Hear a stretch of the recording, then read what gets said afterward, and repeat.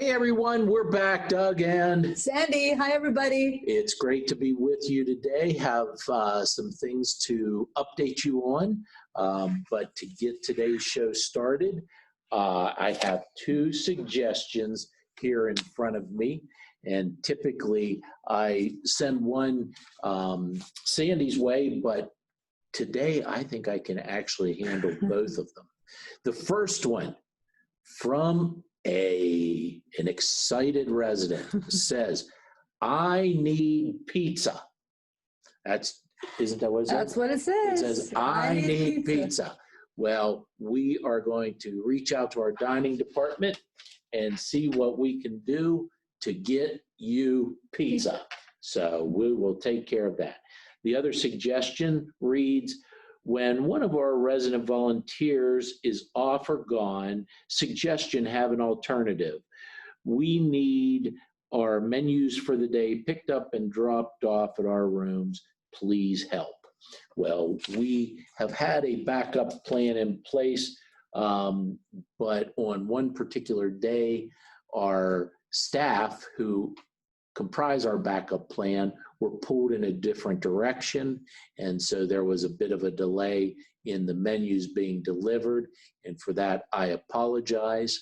But I do want to reassure you, when one of our resident volunteers is not available, that we have staff ready to go and to help distribute the menus and get information out to you as timely as possible. And on that note, we want to give a big shout out to those resident volunteers who day in and day out come to help us to get information to you.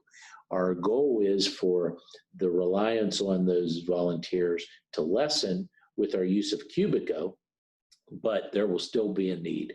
And from the bottom of our hearts, we say thanks to each and every one of our resident volunteers. As far as COVID-19, as of today, we have 2 active cases. One team member who remains off work and in their own home, self-quarantining, doing well, and we anticipate that team member showing asymptomatic signs will roll off the list. Just yesterday, we did have a notification of one of our residential living residents test positive. That individual is self-quarantining. We're monitoring the situation very closely. One thing that I want to emphasize to all of you is the importance of privacy and our HIPAA laws, which keeps information confidential. Some of you have reached out to me personally and have asked very specific questions, and my responses are very general in nature. It's not because I'm unaware of the situation, because all of our leadership team is acutely aware of everything that goes on surrounding a positive test. But due to the liability, the legal ramifications, and more importantly, the dignity of either the resident or the team member, we will simply not share with you any specific details out of respect for those individuals. So please understand that. A couple other items, and I think that my friend here will give you an update on Cubico, but we are working through the kinks of our thermal scanning device. I did it the past 2 or 3 days, and each of those days I encountered a new glitch in the system, and we are the first human good community to have that equipment installed for piloting purposes, working out the kinks. So it's to be expected that the problems I'm encountering are occurring, but the feedback is being delivered on a daily basis, and our goal is to move forward with this technology, but certainly to shorten the process, simplify it, and at the same time keep everyone safe and protected. The last thing is the bistro will be opening on Monday, October 26th for groceries, sundry items, grab and go. And the question was, what about the interior renovations? I promised you, and we will continue to move forward with dialogue with our interior committee in order to renovate that area appropriately. At this time, we decided to move forward simply because we have friends and neighbors who need those groceries, who need those sundry items, who need those grab and go items. And due to the functionality of that space, we decided to move forward. But in the coming weeks, Tom Wells, our Regional Vice President of Building and Grounds, will be visiting the community and meet with our Interior Committee to discuss next steps. And I am sorry, but I did think of one other thing before I turn it over to Sandy, and this is just as equally as important as everything else I shared, from COVID-19 to thermal scanning to the bistro opening, and that is an update on our spiritual life programming initiative. I mentioned before that Reverend Sherelle Shippen, who is heading spiritual life programming for Human Good, is working with us. Again, we're the first community in Human Good to roll this initiative out. I will be actively involved in the process. I'm sure Sandy and her team will be brought into the process. We did comprise a committee of 4 volunteer residents to participate in the dialogue in forming this project. And those 4 individuals are Ellie Levi, Carolyn Leontos, Herb Stiggy, and Bob Couch.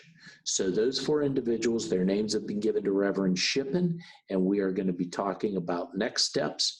And as I shared with you earlier, there is no predetermined idea of what this program will look like, but through the dialogue with you and our resident committee over the coming months, we will see that come to fruition.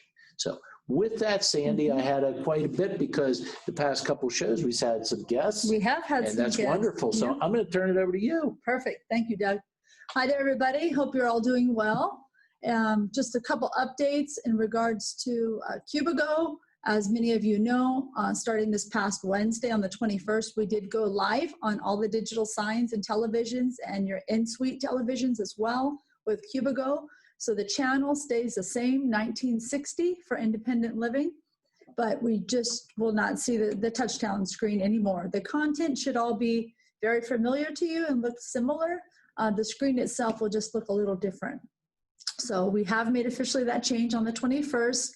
Unfortunately, we did have some glitches, as many of you were aware of and experienced, because we did get some calls, and I talked to some of you individually as well. With the Cubigo platform, it is connected with Apple TV, and as many of you know that have Apple devices, whether it be an iPhone, Apple Watch, there's updates that happen that help correct any bug fixes in the system. And one of those bug fixes we had with the Cubigo platform is the freezing. So the looping of the activities and the menu, and then those YouTube videos that we have scheduled to play that consist of fitness, the intellectual programs, the shows that Doug and I do, all show through YouTube. Unfortunately, due to those glitches, the screen was freezing, so they had to do an update through Apple TV. To my knowledge, this was corrected as of last night. We will do another reboot and double check, so you should be able to see us even today perfectly fine, and it should be clear. So be patient as we work through these bugs. But like we always say, if you ever have any issues or problems with Cubigo, please don't hesitate to reach out. This is a new program for all of us. We are learning every day, just as all of you are. So please be patient as we work through some of these kinks, okay? So we want to make it as best as possible for you. And in many ways, it should be even more convenient, because a lot of you are really utilizing the platform how it's been designed to be used for. And that's going on a mobile device, a laptop, your desktop computer, and you're able to click on those links and watch them anytime you want and not wait for a scheduled time for those to air. So thank you for those that are using it that way, but feel free to reach out if you have any questions.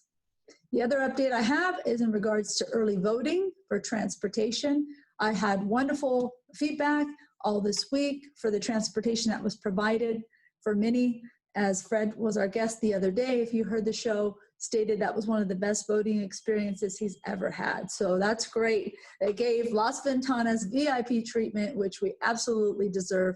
We will repeat that next week. So if you haven't done your early voting, dropped your ballot off, or voted in person yet, you'll have another opportunity to do that, where we can take you over next Tuesday, the 27th, and Wednesday, the 28th, between 10 and 11:30 or 1 and 2:30. Just sign up at the concierge desk and we'll be happy to run you over. We'll have the vehicle continually looping through. So if you're just dropping off your mail-in ballot, you can do that and zip on right back. So we will be doing that next week as well. And just another reminder, we'll have another event next Friday on the 30th, our Halloween event. So come down. You don't have to have a costume. Of course, we encourage you. It makes it a little bit more fun for everybody. Come on down. From what I've been told, I think Doug and Midge are coming up with an outfit. There's a couples contest, a few other categories. More than anything, it's just about having fun and getting everybody together. I know you all enjoy the Oktoberfest. We will enjoy the Halloween event as well. So don't forget, Friday, October 30th from 2 to 3 in La Paloma. Okay? But that's about it. That's about the updates that I have. Well, here's to a good day, Yeah. friend. And we wish you all the best. Know that we're here to care for you. And we hope that you have a wonderful rest of the day. Bye, everybody. Have a great weekend. Bye-bye. Bye-bye.